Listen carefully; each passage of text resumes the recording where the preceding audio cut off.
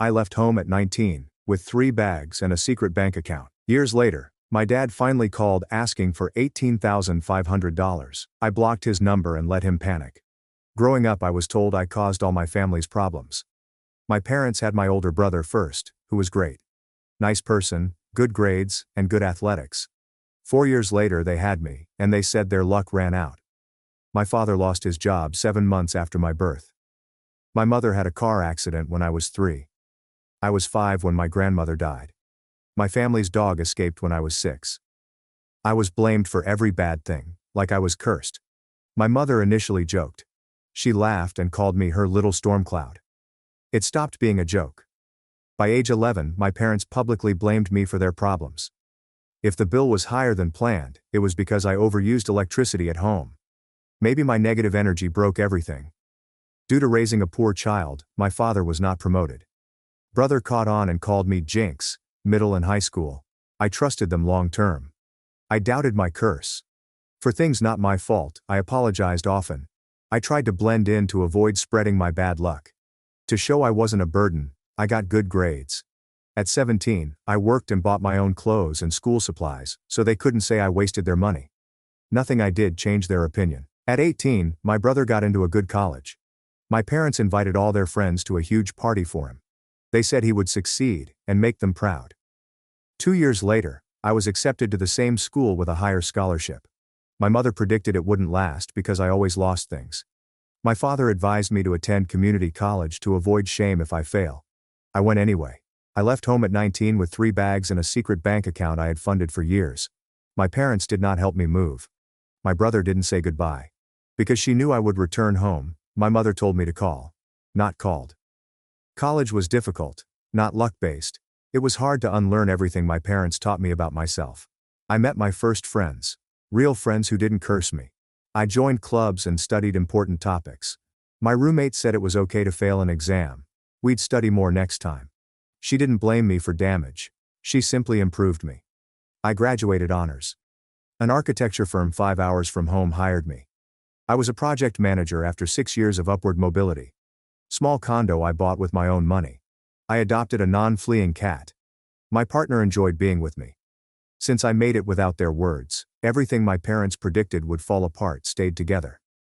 Meanwhile, home life deteriorated. My father lost another job due to drinking. My mother's health declined because she didn't see doctors until it was urgent.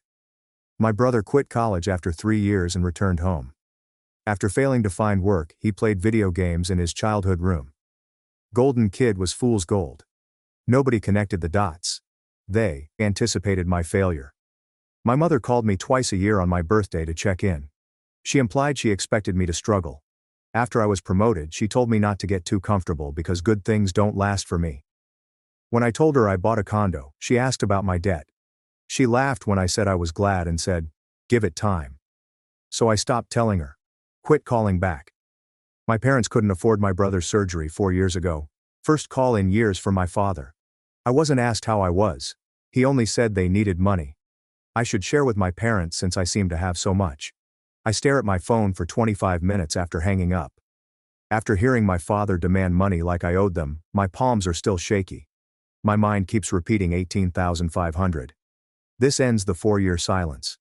The only thing offered was money, and the expectation that I would pay it. The constriction in my chest is new since leaving home.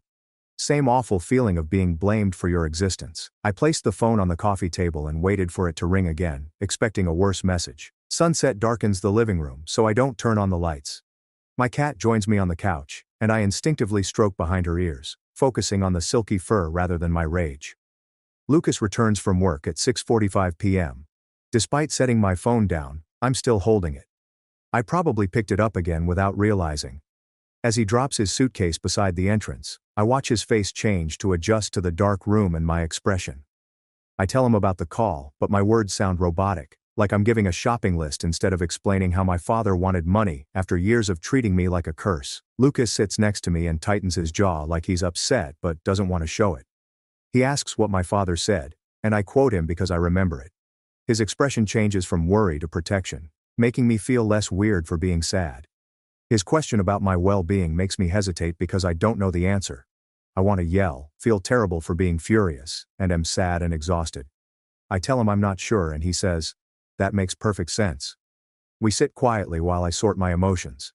Anger rationalizes, calling after 4 years to beg for money. But guilt puzzles me.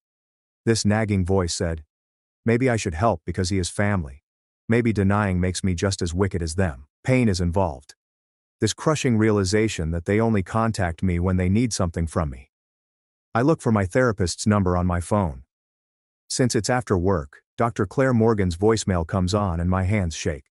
I left a message asking if she has any emergency appointments this week because I'm thinking about old patterns.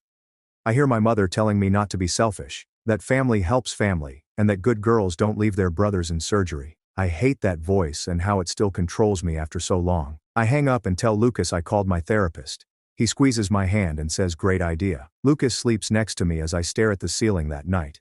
Instead of shutting out, my brain replays experiences I thought I had overcome. When I was 7, my father lost another job. My mother said I worried and distracted him. I contributed to his first job loss when I was 7 months old. I remember my 3-year-old car accident. My mother said she didn't see the other car because she was focused on me in the back seat for years. After my grandmother died of cancer when I was 5, my parents talked about bad luck, staring at me as if I caused it. I realize I'm crying silently as the memories flood me, each one a tiny wound that never healed. Dr. Claire Morgan's office called again the next morning while I was getting ready for work. Can I make it? Her receptionist says she has a 1:30 p.m. cancellation. I never call in sick from work and spend the morning walking around my apartment to distract myself. I clean a clean kitchen. My bookshelf is organized by color, then author, then color. I've started 4 streaming shows and can't concentrate. I arrive at her workplace 20 minutes early and practice my exit speech in my car. I feel like I've traveled back in time when I enter her office, from the 29-year-old who had her life under control, to the worried 24-year-old who started therapy. Dr. Claire Morgan points to a familiar chair, and I sit, crying. I describe the call, my father's voice after 4 years, the money demand, and everything else to her. I talk for 18 minutes, and she listens, nodding occasionally, letting me finish. She pauses before asking what I want to do after I finish talking. Not what I should do or what will improve me, but what I want. I researched Ethan's illness and spent 90 minutes last night reading about his surgery. This is genuine and vital. Without it, he may have major issues. But I also know that my parents have let him live rent-free in his childhood bedroom playing video games while they pay for everything. They never made him get an insurance job. They never forced him to be independent like they did me at 19. I bought my clothes and school supplies at 17, and he's 32, and they still wash his laundry. Dr. Claire Morgan asks why Ethan has no insurance, which makes me think. He's never worked long enough for benefits, so I know. He's worked maybe 7 months in the last 6 years, always leaving or being fired and returning home when my parents allow.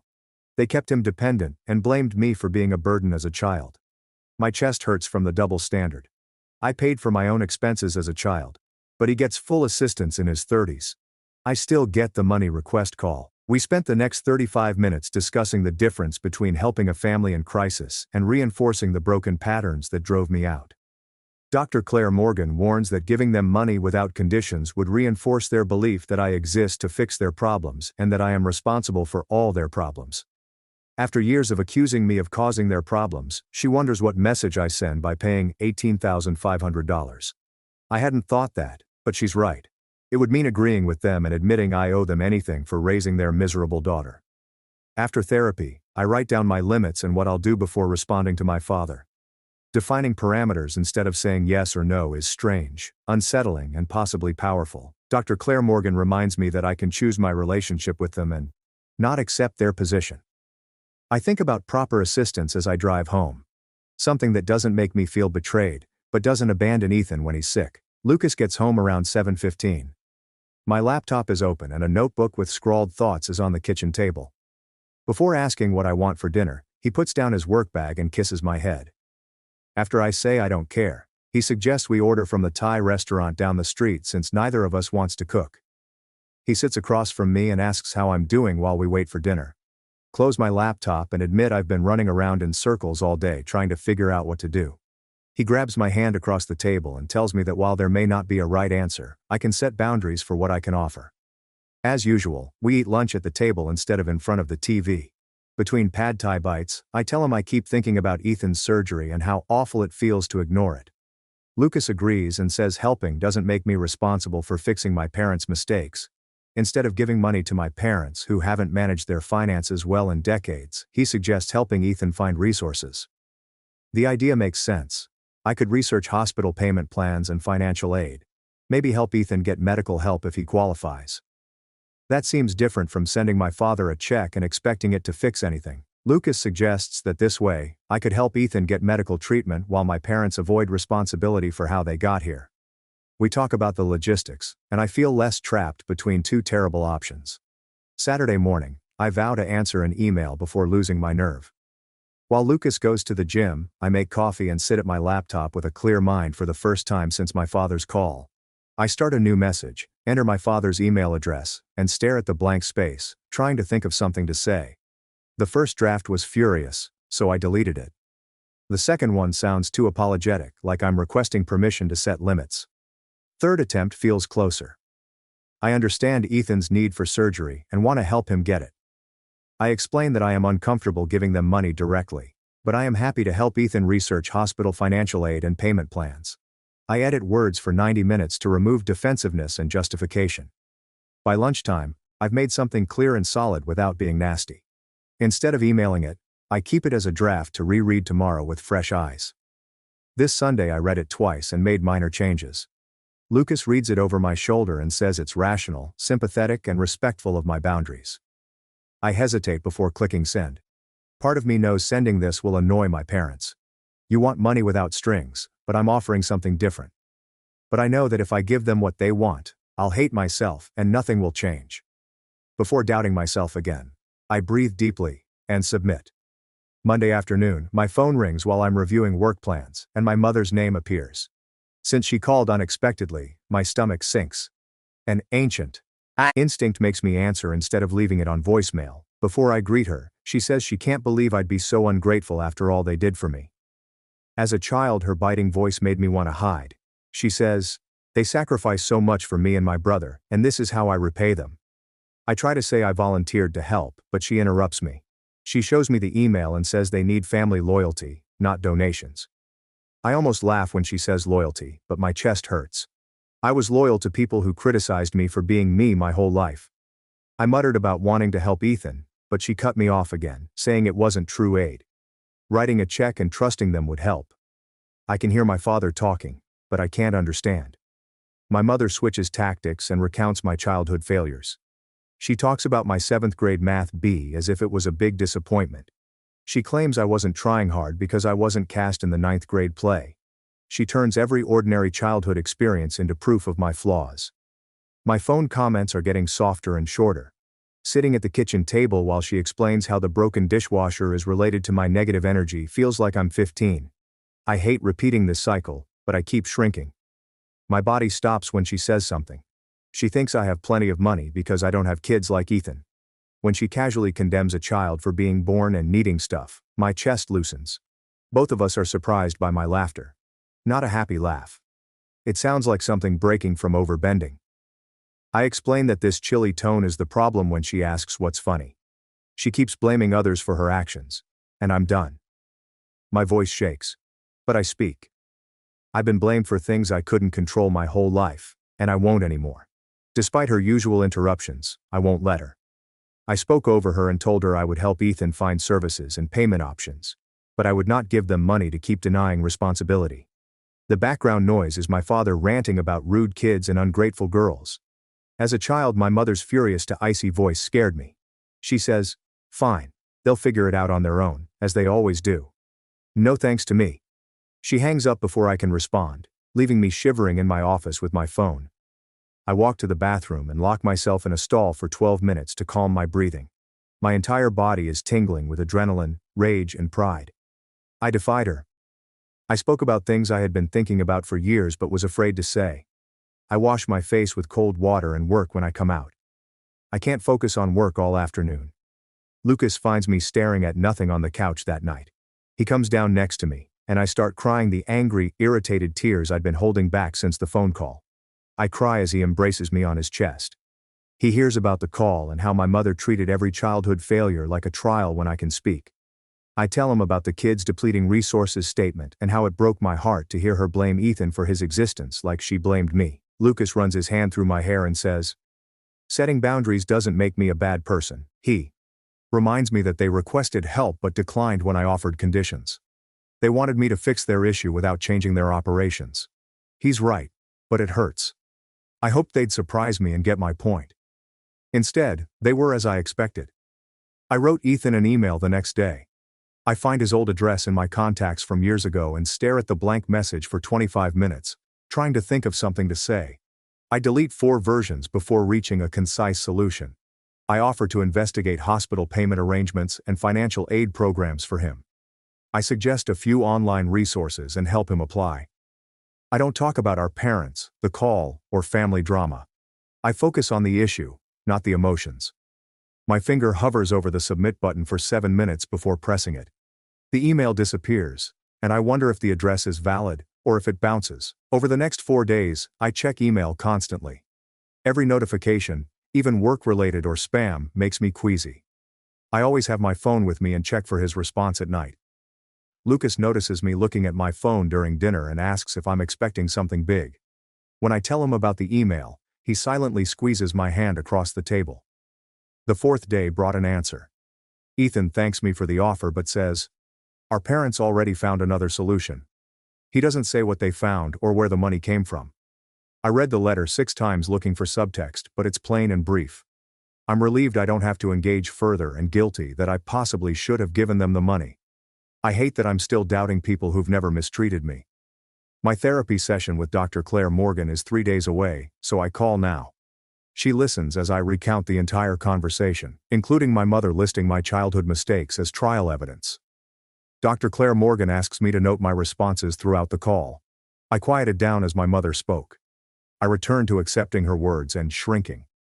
Like 11-year-old me, I apologized for undeserved mistakes. Dr. Claire Morgan says my conclusion speech broke the pattern. She says, "The fact that I regressed initially doesn't erase the fact that I found my voice and set a boundary." I tell her that's not enough, because I let her talk like that for most of the conversation. Dr. Claire Morgan advises me not to expect immediate success in changing habits. I tell her, "I learned my mother will never see me differently no matter what I accomplish." Dr. Claire Morgan nods and says, "That's actually important information because now I can stop trying to prove myself to someone who refuses to see the proof." I check my phone all week, even though Ethan has responded. I wait for my parents to call with more demands or wrath.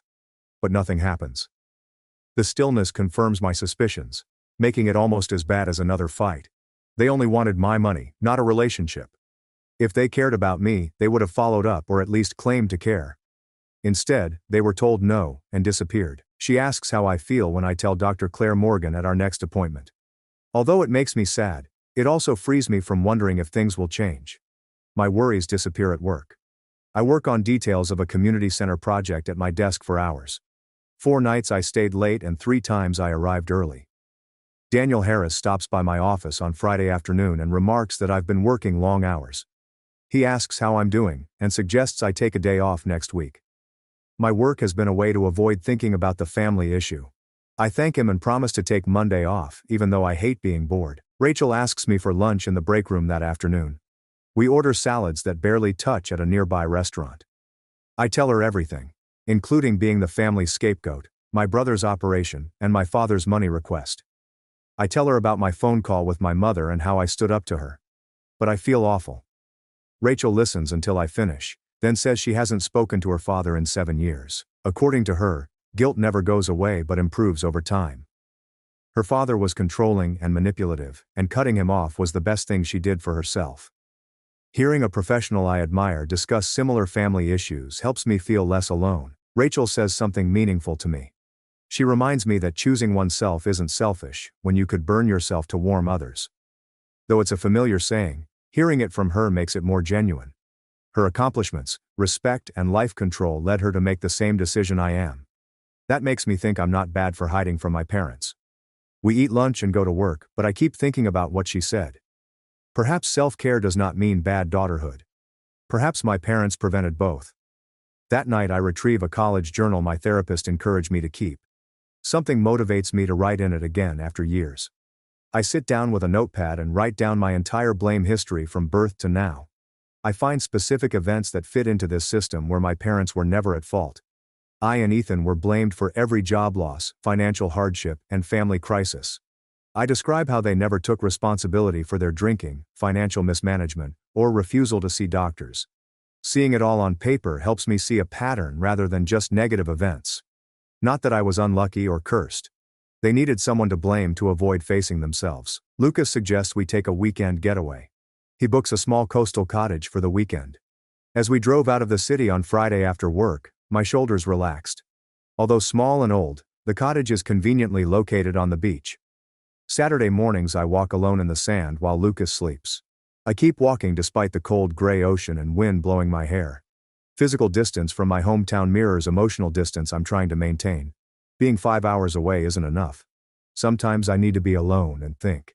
I realize something new and obvious while walking on the beach. My parents' story about my bad luck never involved me. I was 7 months old when my dad lost his job. My mother was in a car accident when I was 3. They blamed a baby rather than admitting my father was fired for poor performance, or my mother was driving distracted. The story included every bad thing that happened after that because it had to be true. If I was the issue, they didn't need to change. They could keep making bad financial decisions, ignore their health issues, and blame their daughter for everything. Realization makes sense but does not lessen pain. Never about me. Everything was about them. Returning to my condo, I search my contacts for Emma's number. We haven't spoken in months because life got busy and we forgot to call. She answers on the 4th ring, surprised and happy to hear from me. We chat for 12 minutes about her new job, my promotion, and her cat.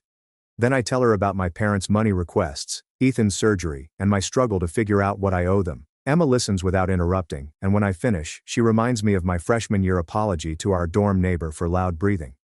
She says I apologized for existing, but now I'm setting boundaries with people who made me feel worthless for 19 years. She's proud of my progress, and I didn't realize how much I needed to hear that until it hit me. We talk for another 90 minutes about everything and nothing, and it feels good to be with someone who remembers me when I was learning to be human. Emma announces her engagement in 6 weeks and spring wedding near the end of the call. She invites me to the wedding party, and I gladly accept. The request brings me joy unrelated to my family drama. This is my life now. They chose me, and I chose them. I sit on my couch after we hang up, feeling lighter than in weeks. The next day, I'm cleaning out my closet to find a jacket I hadn't worn in years and find a cardboard box in the back. I received old family photos from my mother after moving out. Childhood photos made me uncomfortable, so I never looked at them. I lay them out one by one on my bed. While everyone else is happy at a birthday party, I'm 6 and staring at the camera with sadness. In a school photo, I was 9 and slumped like I was trying to disappear. At a family event at 13, Ethan smiles and I look down. I see that in every shot now. Even on happy occasions, my eyes are sad. I carried their responsibility before realizing it. Only 5 photos of me alone or with high school friends who liked me remain after going through the box. I donate the rest because I don't need concrete memories of a childhood I've spent years undoing. Dr. Claire Morgan asks me about my family relationship at my next appointment. The question surprises me because I've been focusing on what I don't want and forgetting what I do. I sat there for 90 seconds, unsure how to respond. I tell her I don't want no contact forever because it feels like letting them win differently. I also reject their reality, which blames me for all their problems. Dr. Claire Morgan nods and suggests we practice future conversation so I can stay calm without defending my position. We role play for the rest of the session. Dr. Claire Morgan plays my mother and accuses me of abandoning the family. I practice answering quietly without explaining or fighting. I underestimated its difficulty. Every time Dr. Claire Morgan accuses me in my mother's voice, I feel smaller and quieter, like I'm 16. We discuss the same topic 6 times before I shut down or get angry. Dr. Claire Morgan assures me that this is normal, and that years of indoctrination do not disappear just because I understand them. I sit down with my laptop that night and write a letter I won't send. Write down everything I want to tell my parents about their scapegoating's harm. I wrote about thinking I was cursed at 11. I bought my own school supplies at 17 to avoid being a burden. I graduated college with honors and am still waiting for their approval. About moving 5 hours away because I couldn't breathe in their home. The letter was 5 pages. When I finish writing, I feel a pressure release in my chest I didn't know I had.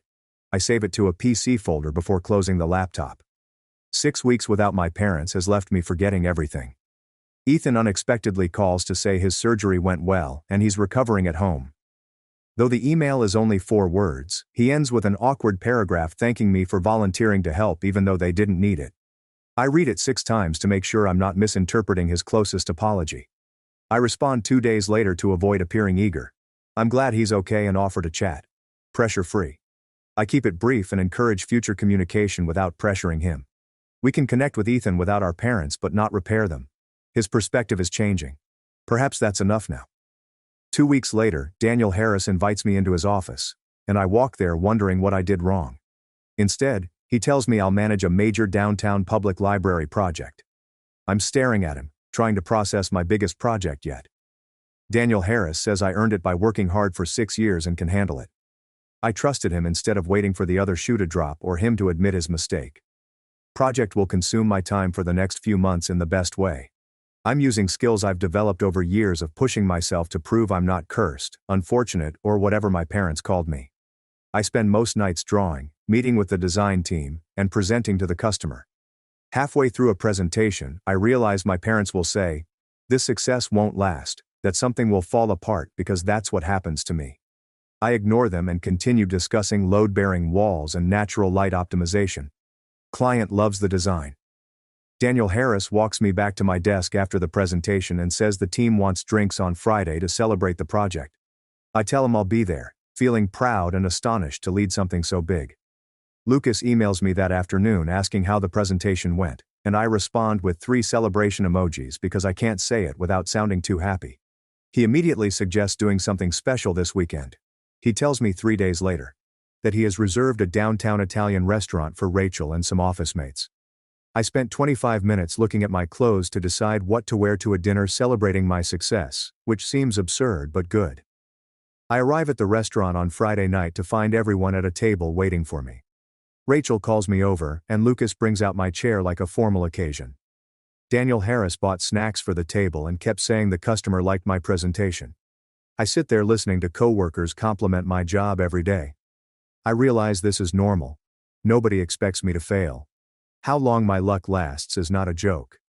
These individuals truly enjoy having me around and believe I am competent at what I do. Rachel raises her glass and mentions how she knew I'd be running projects after a year and a half of mentoring me. The entire table toasts, and I have to blink back tears since I've never had anyone honor me in this way. My parents had a massive celebration for my brother when he got into college, but they warned me not to make a big deal about my scholarship. This supper with co-workers meant more to me than any family gathering ever has.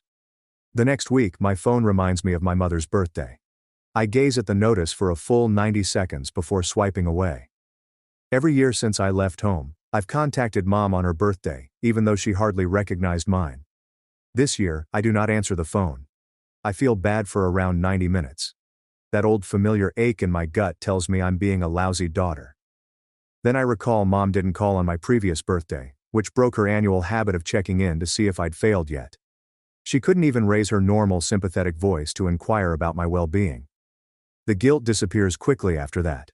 I spend the rest of the day working on project planning, not thinking about her until Lucas asks if I may talk to my family that evening.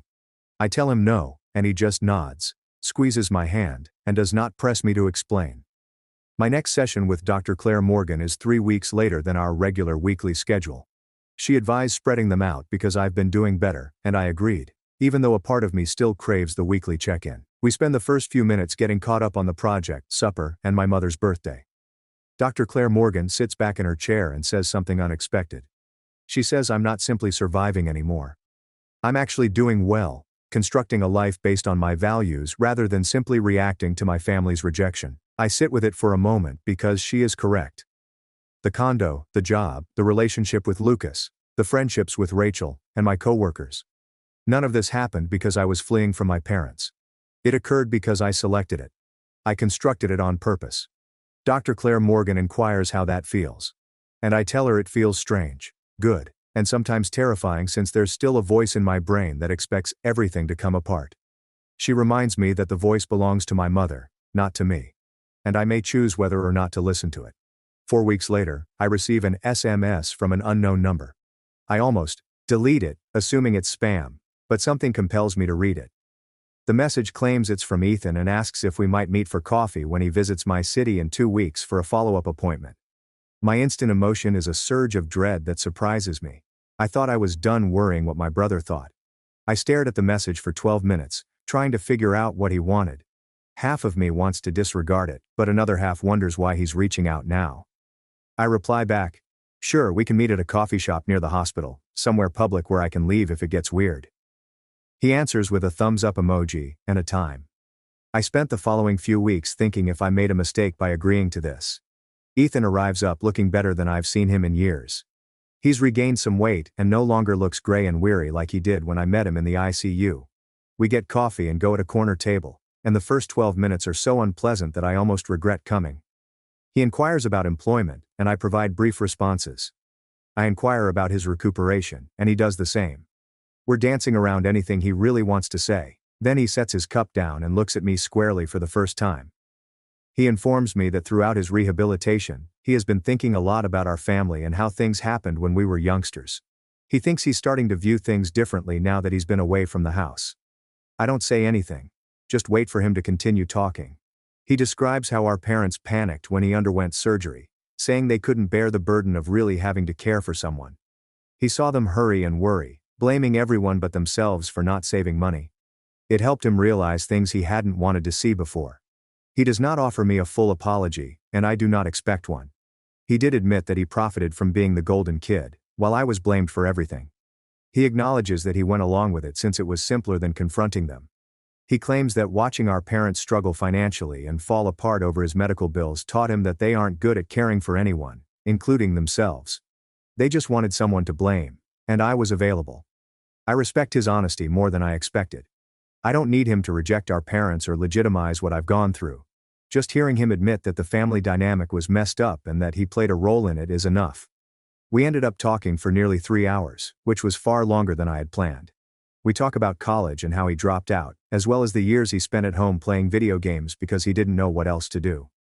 He asks about my current life, and actually listens when I tell him about the architecture firm, Lucas, and my condo. Before we leave, we agree to stay in touch and possibly start something new, rather than attempting to repair a sibling relationship that never existed in the first place. Near the end of our conversation, Ethan mentions that he is finally looking for a real job. He's been applying and has a few interviews scheduled. He claims that our parents are upset with him for wanting to move out and that they keep telling him he isn't ready or that he should save money first. Sitting there listening to him, I realize they need someone to manage and control things. When I left, they still had Ethan, but now that he's getting healthier and more independent, they're losing control. Without me to blame, Ethan became the target in various ways. Not the scapegoat, but the project. The person they could watch over and make decisions for. He's starting to see it and wants to get out. After Ethan leaves, I sit in my car for a few minutes before heading home. Then I call Dr. Claire Morgan, even though it is not our session day. She responds, and I tell her about the meeting, including everything Ethan said. I'm surprised at how much lighter I feel. Having Ethan acknowledge even a portion of the family dysfunction makes me feel less crazy about my decision to distance myself. Dr. Claire Morgan agrees that having just one person validate your experience can sometimes change everything.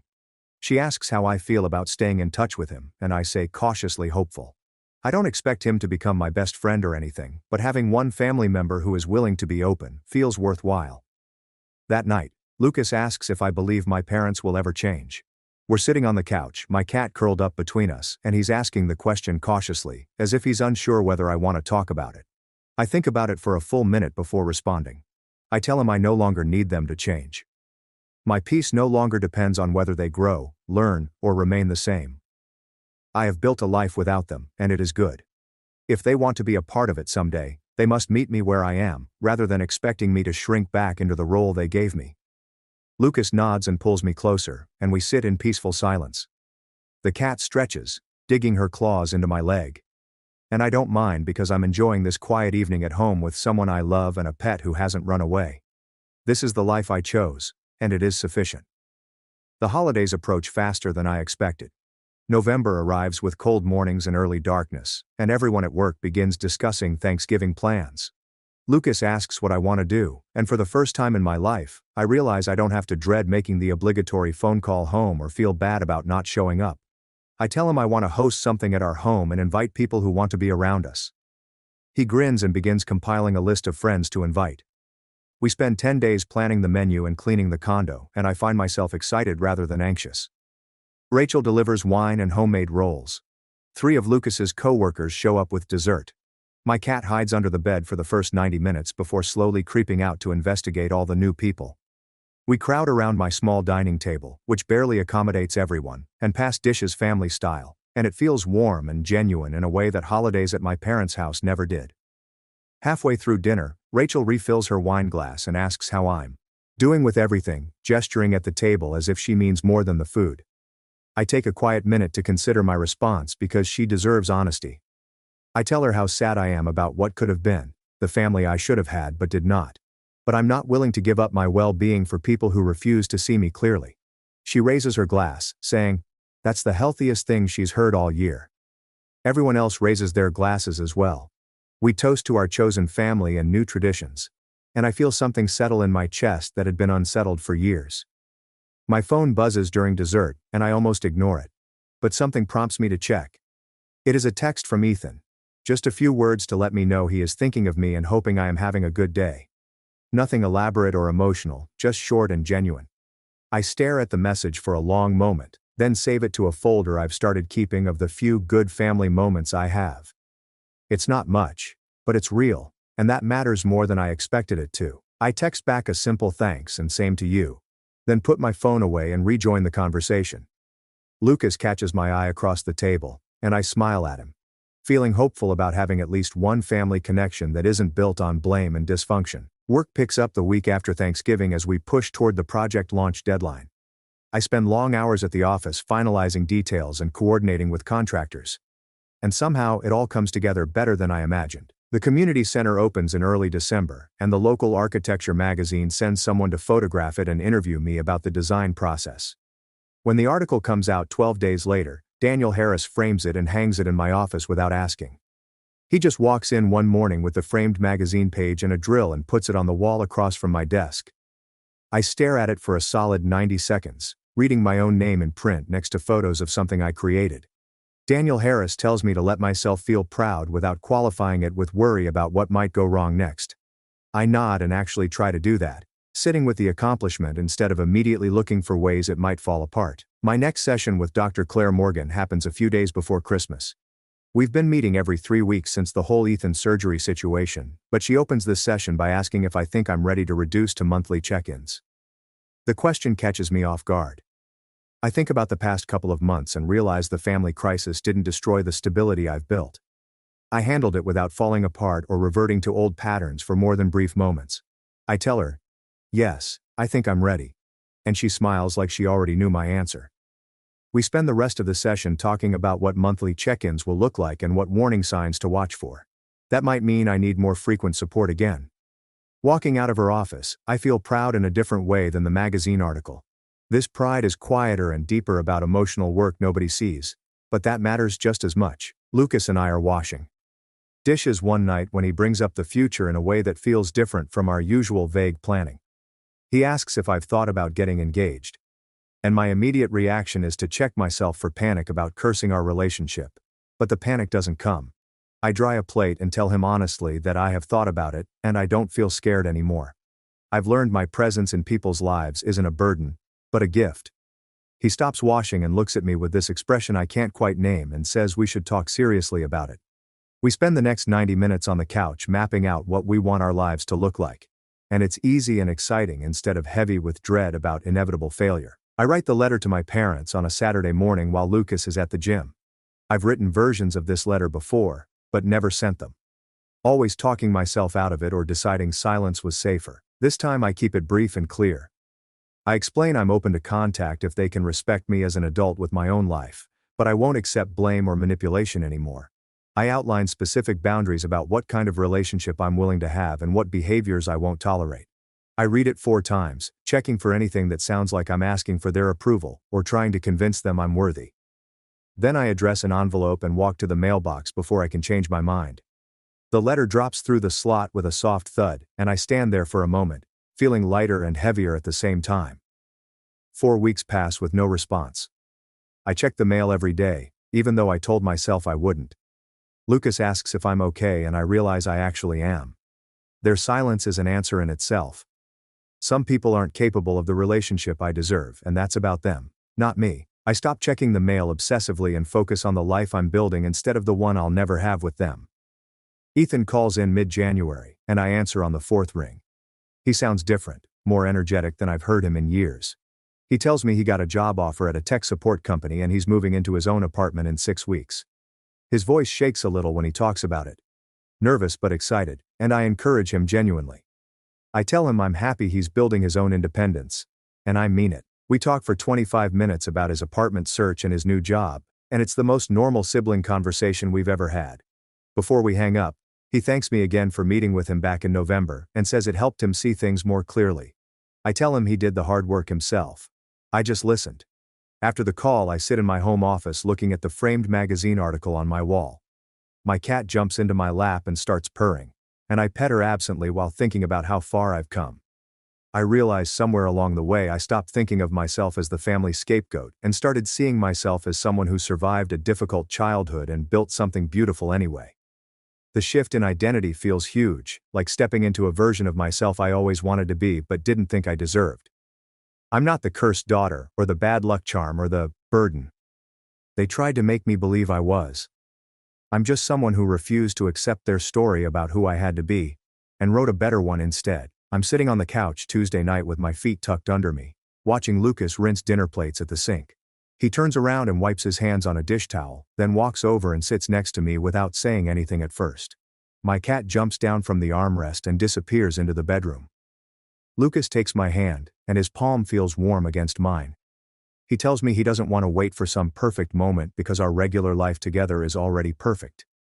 He asks if I'll marry him, and his voice is steady, but his hand trembles slightly in mine. I say yes before he finishes the question, tears already sliding down my cheeks. He pulls a simple silver ring from his pocket and slides it onto my finger. We sit there crying and laughing at the same time, and I think about how this moment isn't cursed or doomed or temporary. It's just real and good and mine. We spend the next 90 minutes calling people to share the news. Emma answers on the first ring, and I barely get the words out before she screams so loud I have to hold the phone away from my ear. She's already talking about engagement party colors and venue options before I can tell her we haven't planned anything yet. Rachel congratulates us and says she knew it was coming because she's never seen two people fit together so naturally. Each call feels easy and happy without any weight of family drama or waiting for someone to tell me it won't last. I text Ethan because calling feels too formal for where we are in rebuilding our relationship. He responds within a few minutes saying he's happy for me and asking if he can meet Lucas sometime. I type back yes immediately and mean it completely. Having one family member who's genuinely trying to show up differently feels like more than I expected to have. Over the next couple of months, planning the wedding becomes something I actually enjoy instead of a source of stress about who to invite or who might ruin things. Lucas and I look at venues with Emma and laugh at her increasingly elaborate ideas. We pick a small garden space that feels intimate and warm. I make a guest list of people who actually want to celebrate with us, not people I'm obligated to include. Ethan texts occasionally asking about details and offering to help with setup. I add him to the list without hesitation. The whole process feels light and joyful because I'm surrounded by people who chose me and I chose them back. I realize one night while addressing invitations that this is the family I needed all along. Not the one I was born into that treated me like a burden, but the one I built myself from friends and partners and the one brother who decided to do better. That's not bad luck or a curse finally breaking. That's just the best thing I ever did for